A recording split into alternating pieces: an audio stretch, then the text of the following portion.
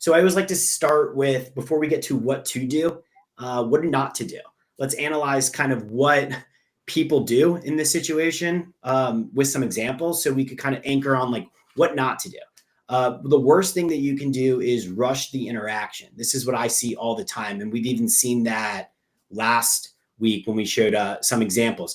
And I think we spoke about the reason we thought that they were rushing the interaction is because they're using very templated messages.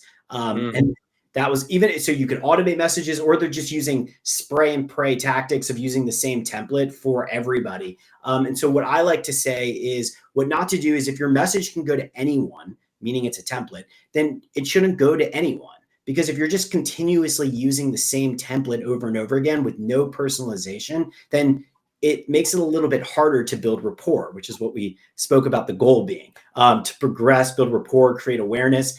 It's a lot easier if you're personalizing it. So here's what I want to do to kind of start this. Let's take a look at this message, read it out loud, and then you could kind of give me your thoughts on what you think about this message. So, they sent a connection request. I say, thanks for asking to connect. What led you to reach out to me? And then here's their answer.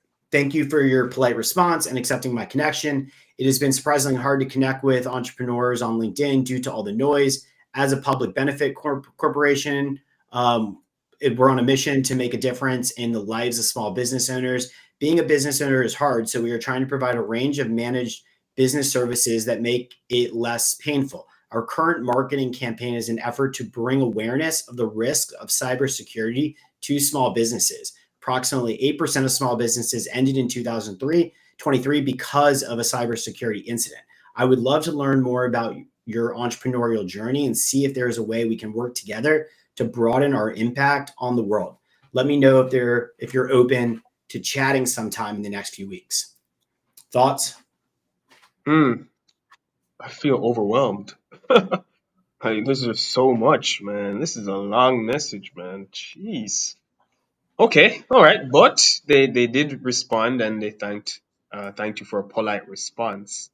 But there's a TLDR? few assumptions. Yeah, TLDR, too long didn't read. But there are a few assumptions in here that I don't think are necessarily accurate for everyone. I think they're painting the interaction or framing it from their perspective that being an entrepreneur or being a business owner is hard. All right, not for everybody. For some people, even if there is difficulty, there's still enjoyment. I think for a lot of people, right? So yeah, it may be hard, but not necessarily in the way that they're pitching. So I think they're framing the interaction in such a way so as to make their solution look good, even if the solution isn't relevant or accurate. I don't care for cybersecurity. Even if being a business owner is hard, I don't care about cybersecurity and so on and so forth. That's not my concern. So I think there's a little bit more of a conversation that needs to be had before jumping on a call, because Yeah. this would be a waste of my time to jump on a call about cybersecurity because I don't have that need. So I think it's a little like you said. I think it feels rushed. Yep. Perfect. So I totally agree with you. This is a good example of what I said not to do, which is that if your message can go to anybody. So I even hear you where it's not, messages can't go to everyone. So if you have these templated messages where they would say everybody should get, because it's a templated message, it's they're following a formula that then after somebody connects with them, they're sending a introductory, template of this is what we're doing. This is all about us. This is what a lot of people do on LinkedIn. But if it can go to anyone, then don't send it to anyone, because this isn't relevant to everybody. There's no such thing as relevance to everybody. You want to figure out how to build rapport. So common mistakes. Mm. Vague compliments and links. We've seen that in the past. This didn't have any vague compliments or links, but we've seen that in prior messages. One of the reasons I picked this message is because on the surface, this isn't like a bad message. It's not like they're not sending random things or like, even asking for a meeting. They're seemingly sincere in what they're trying to do. I would say that it's slightly pushy, but it's also not overly pushy.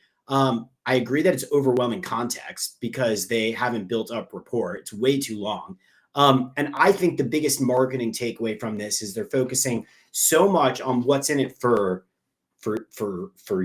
you, but not what's in it for them. Meaning, like, they're focusing on what they want out of it, but not really focusing on the relevance for the other person. So you walk away as the receiving end, similar to what you just said, as I don't feel like I really need cybersecurity right now. You know, just because cybersecurity is relevant, generally speaking, but if you don't have a lot of users, if you're not at the right life cycle of a business, probably wouldn't necessarily be relevant to you. So they're so focused on themselves.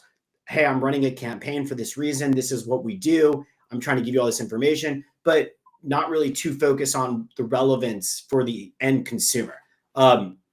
So because of that, they're not doing diagnostics. What they're doing is pushing out messages and not really thinking about how to pull people in. So that is what not to do. So I want to give another example of what does work. This message: hey, first name, thanks for the connection. I saw you're also building in the B2B space. Curious what's your current focus? What do you think about this? Your current focus. It's light. It's welcoming. Feels specific. Very very specific, and I think it's fairly easy to answer.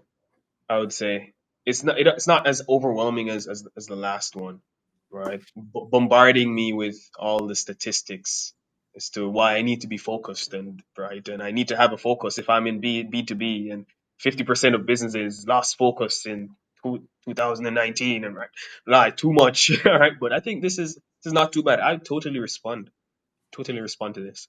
Right. So the conversion rate on this message would be higher than the prior one, mostly because we're not pushing out what we're doing. We're trying to pull a conversation, into us. So the question becomes, I'm not asking them about this is kind of coming from the perspective of what I thought that the cybersecurity company could have done to increase conversion rates. Instead of pushing out all this information and telling me all about you, and letting me know that you're running marketing campaigns, which is very obvious, and trying to persuade me the consideration style in like an opening message, I would not do any of that. And I would just instead ask the customer to tell me kind of what's going on in a nice way, focused on some personalization, because I could tell that they're probably going after the B2B space. So what's your focus? I'm hoping that you probably say, caution. Okay, I'm back. That's fine. I'm hoping that I'm hoping that these people would, the recipient of this would say, I'm trying to scale my company and I could really use some cybersecurity experts. My focus is on cybersecurity, but I'm letting the user make that determination on relevance. And then depending on what the response is, then I could kind of take the conversation, adjust accordingly. So the idea is I'm just trying to get talking replied, and then I can drive it a little bit more serious. So why does this work? You've said it a lot, I've said it, but just to kind of anchor into the point, we're leveraging conversation starters versus pushing marketing messages out. We're trying to personalize each interaction with relevancy. We're trying to build rapport before suggesting anything. And we're leading with curiosity and not trying to be pushy. Those characteristics is what make this message have a higher conversion rate than the other one. Make sense? Yeah, good. Cool. So